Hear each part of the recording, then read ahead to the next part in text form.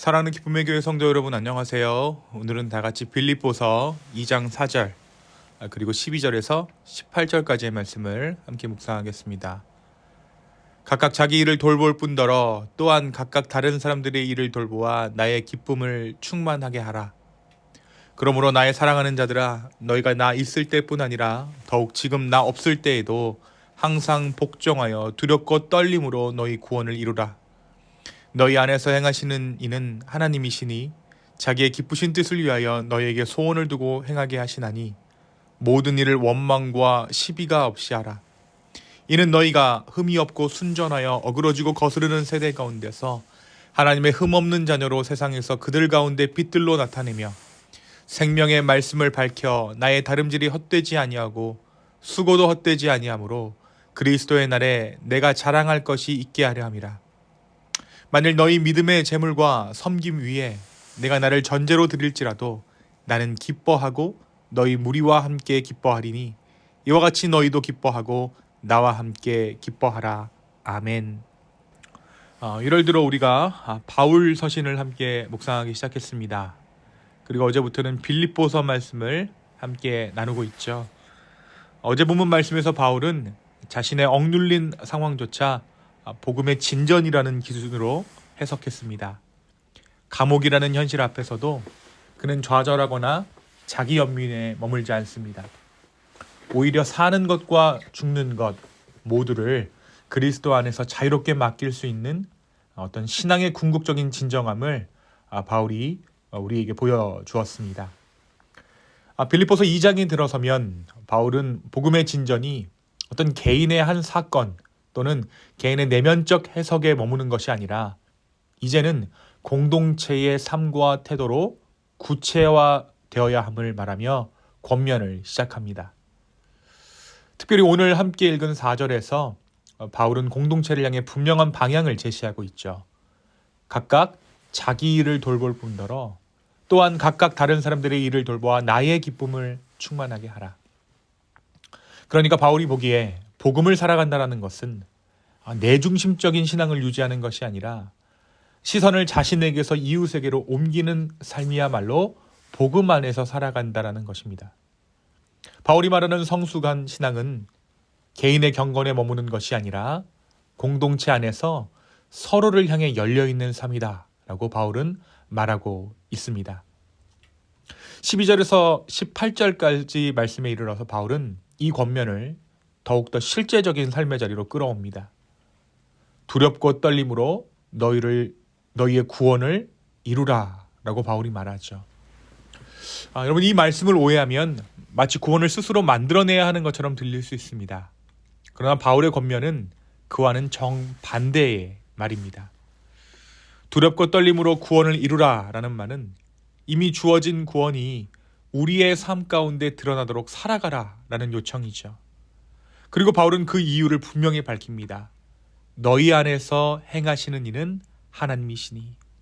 즉, 우리의 순종은 어떤 사람의 결단이나 의지에서 출발하는 것이 아니라 이미 우리 안에서 일하고 계시는 하나님의 은혜에 대한 응답이라는 것입니다. 바울은 이어서 원망과 시비 없이 모든 일을 행하라 라고 권면합니다.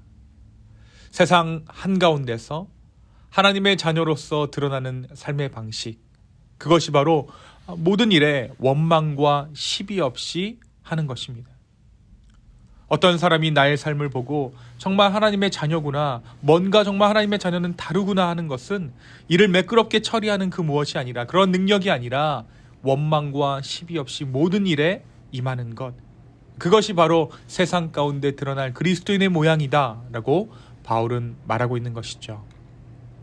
마지막으로 바울은 자신의 삶을 전제에 비유합니다. 전제란 제사의 중심 제물 위에 포도주를 부어드리는 제사입니다. 근데 이 전제의 특징이 있어요. 이 전제의 특징은 눈에 띄지 않게 사라진다는 데 있습니다. 그러나 이 전제가 중요한 것은 바로 이 전제를 통해 제사가 완성되기 때문이죠. 그래서 바울은 자신의 삶을 빌립보 교인들의 믿음과 순종이라는 제사를 완성하는 헌신으로 이해합니다. 자신의 피와 자신의 수고가 그 믿음의 제물을 위해 부어질지라도 그는 기뻐한다라고 말하고 있습니다. 그러니까 이 바울의 기쁨은 나를 보존하는 것에서 나오는 것이 아니라 이 빌립보 공동체가 복음 안에서 바로 서가는 모습을 보는 데서 나온다라고 고백하고 있는 것입니다. 그래서 바울은 성도들에게 이야기합니다. 너희도 나와 함께 기뻐해라. 너희도 내가 지금 누리고 있는 이 기쁨 가운데 동참하기를 원한다. 복음 안에서 서로의 순종과 헌신을 기쁨으로 받아들이는 공동체, 자기를 드러내기보다 기꺼이 부어질 줄 아는 공동체, 그것이 바로 바울이 기뻐하는 이유였고 바울이 꿈꾸는 교회의 모습이었던 것입니다. 사랑하는 성도 여러분, 오늘 말씀은 우리에게 무엇을 말해주고 있습니까? 오늘 말씀은 우리에게 두렵고 떨리는 마음으로 우리의 구원을 이루라 라고 도전합니다. 이와 같은 도전은 또 하나의 역설을 품고 있죠. 우리의 구원은 결코 우리의 손으로 완성될 수 없는 것이기에 오히려 두렵고 떨리는 마음으로 살아가라는 요청입니다. 바울은 곧바로 이렇게 말합니다. 너희 안에서 행하시는 이는 하나님이시니 자기의 기쁘신 뜻을 위하여 너희에게 소원을 두고 행하게 하신다. 즉 구원을 이루는 주체는 여전히 하나님이십니다. 우리는 구원의 원인이 아니라 구원이 일어나는 자리인 것이죠. 그래서 이 두려움은 실패에 대한 공포가 아니라 하나님께서 실제로 일하고 계신다는 사실 앞에서 느끼는 거룩한 떨림, 경외라고 할 수 있습니다. 우리는 종종 신앙을 이렇게 오해하죠. 은혜 받았다라면, 구원이라는 것이 은혜로 주어진다면 대충 살아도 되는 것이 아닐까라고 우리는 오해합니다. 그러나 오늘 바울이 말하는 은혜는 결코 우리를 느슨하게 만들지 않습니다. 참된 은혜는 오히려 우리를 깨어있게 하는 것이죠. 내가 이 삶의 주인이 아니라는 사실, 그리고 하나님께서 지금도 나를 통해 무언가를 이루고 계신다는 사실이 우리를 깨어있게 만듭니다. 사랑하는 성도 여러분, 오늘 우리의 신앙이 혹시 너무나도 우리 가운데 익숙해져서 당연하게 여긴 나머지 하나님 앞에서의 떨림을 잃어버린 것은 아닌지 돌아보는 이하로 되었으면 좋겠습니다. 또한 오늘 이러한 점검이 우리를 정죄하기 위함이 아니라 다시 우리를 하나님 앞에 서게 하는 은혜의 초대가 되기를 예수님의 이름으로 축원합니다. 두 번째로 오늘 말씀은 우리에게 전제로서의 삶, 부어지는 제사로서의 삶을 말하고 있죠. 조금 전에 말씀드린 것처럼 전제란 금세 사라져버리는 제사입니다. 다른 제사들처럼 눈에 보이는 형태로 남는 것이 아니라 불 위에 부어지는 순간 연기처럼 사라지는 것이죠.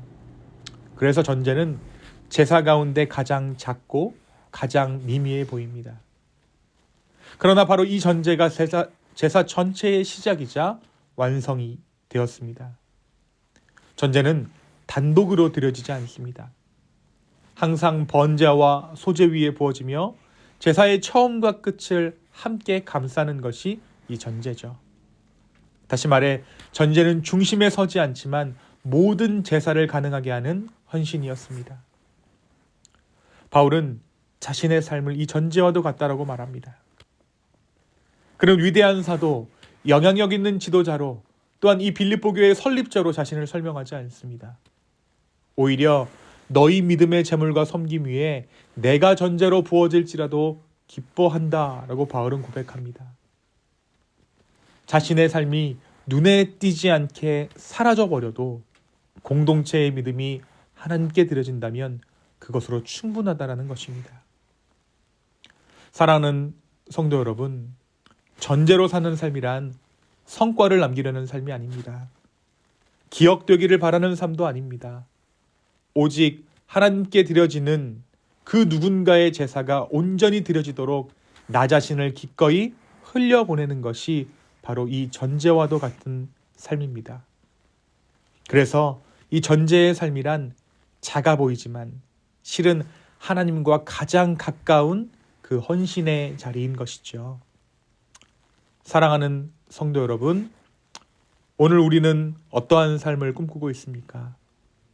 하나님은 오늘도 화려한 성취보다 조용히 자신을 내어드리는 전제의 삶을 통해 하나님의 구원을 이루어 가십니다. 우리 각자의 삶이 그 거룩한 제단 위에 전제로 부어지기를 우리 주님의 이름으로 축원합니다. 이 시간 함께 기도하겠습니다. 주님, 다시 한번 내 삶을 아버지께 드리기 원합니다. 주님, 두렵고 떨리는 마음으로 우리의 구원을 이루어가게 하시고, 이 두려움이 정죄 때문이 아니라 심판 때문이 아니라 하나님의 은혜 때문임을 고백하오니, 이 두렵고 떨리는 마음으로 주님 앞에 나아갈 때 하나님 우리를 긍휼히 여겨 주시옵소서. 또한 바울이 그러했던 것처럼 전제로 드려지는 삶을 우리의 삶의 목표로 삼아 다른 누군가를 위해 썩어지며 다른 누군가의 제사를 위해 부어지는 그러한 인생 소망기를 주여 원합니다. 주여, 우리 가운데 하나님의 은혜를, 예수 그리스도의 은혜를 허락하여 주시옵소서. 감사합니다. 이 모든 말씀 예수님의 이름으로 기도하였습니다. 아멘.